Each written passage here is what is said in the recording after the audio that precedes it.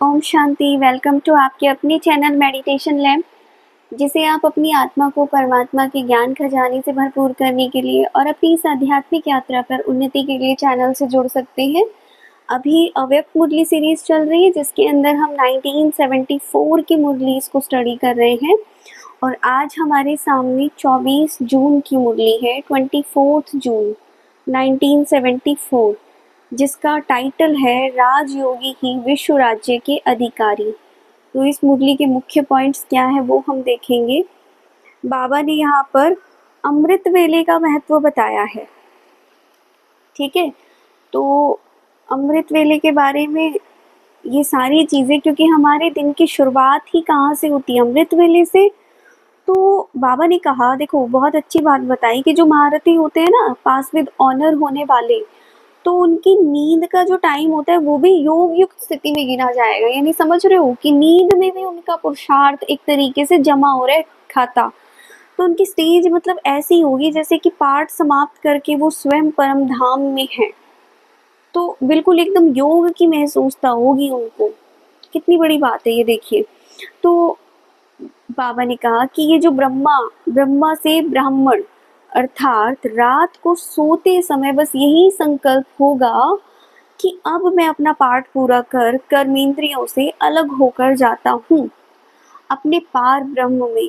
और जब अमृत वेले उठेंगे तो महसूस करेंगे कि मैंने ये आधार लिया है पाठ बजाने के लिए। तो आगे से क्या करना है हमको, सोते समय यही संकल्प करना है कि बस इस बुद्धि से अपना आज का पाठ हम लोगों ने पूरा किया, खत्म किया। अब हम जा रहे हैं परम धाम। जैसे कि आत्मा परम धाम जाएगी कब, जब पार्ट इस मतलब देह से पूरी तरह मुक्त हो जाएंगे, क्योंकि अंतिम जन्म है। सेम वही वाली फीलिंग करनी है। और तो आपको इसका रिजल्ट क्या मिलना है कि अमृत वेले जब उठोगे तो महसूस होगा आपको। फिर वो जो हम प्रैक्टिस करते हैं ना, जो बार बार अभ्यास की जरूरत पड़ती है, भूल जाते हैं कि आत्मा हूँ, मैं आत्मा हूँ, शरीर का आधार लेती हूँ, ये सब करने की जरूरत नहीं पड़ेगी।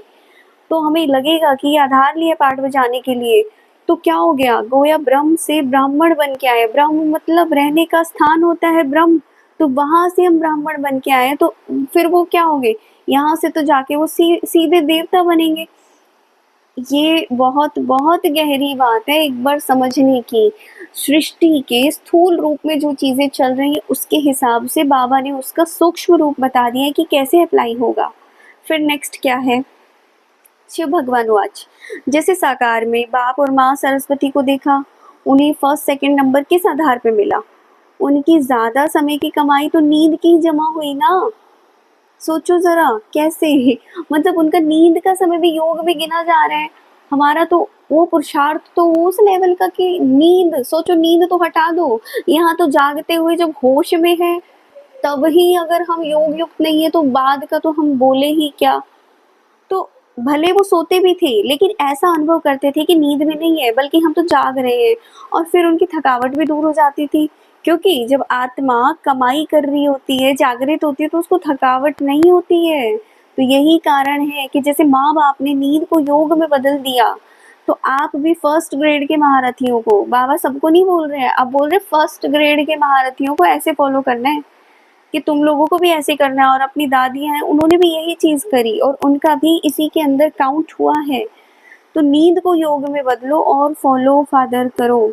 आज के बाद से सब कोई को यही होमवर्क करना है, अपनी नींद के समय को कैसे कैसे यूज कर सकते हो आप। कि रात में हमारे संकल्प क्या होने चाहिए, बस जैसे ड्रेस उतार के अपना रख देते हैं ना कि पूरा दिन भर हम दूसरी ड्रेस रात को तो बस वही अपनी एकदम सूक्ष्म ड्रेस पहन लेना। इस पार्ट से पूरी तरह खत्म, रोल में नहीं आना। मैं आत्मा हूँ और परम धाम में जाके सो जाओ और सुबह उठोगे तो फिर वही वाली बात। सारा दिन तो देखो आपके समान साधारण थे ना मम्मा बाबा, लेकिन ये फर्स्ट ग्रेड की निशानी अष्टरत्न में आने वालों की। और दूसरे फिर 100, फिर तीसरे 16,108। लेकिन यहाँ महारथी तो सभी है ना, घोड़े सवार तो कोई नहीं है, बाबा ने सबसे पूछा। तो नंबर ऐसे बन जाते हैं। तो ये चीज़ का बहुत बहुत ध्यान रखना है हमें कि कैसे यूज़ करना है। तो ये थी आज की मुरली। जिनको भी लगता है उनकी इस पुरुषार्थ की यात्रा में ये मुरली थोड़ा सा भी हेल्प कर सकती है, तो आप चैनल से जुड़ सकते हैं, बाकी किसी को भी शेयर कर सकते हैं।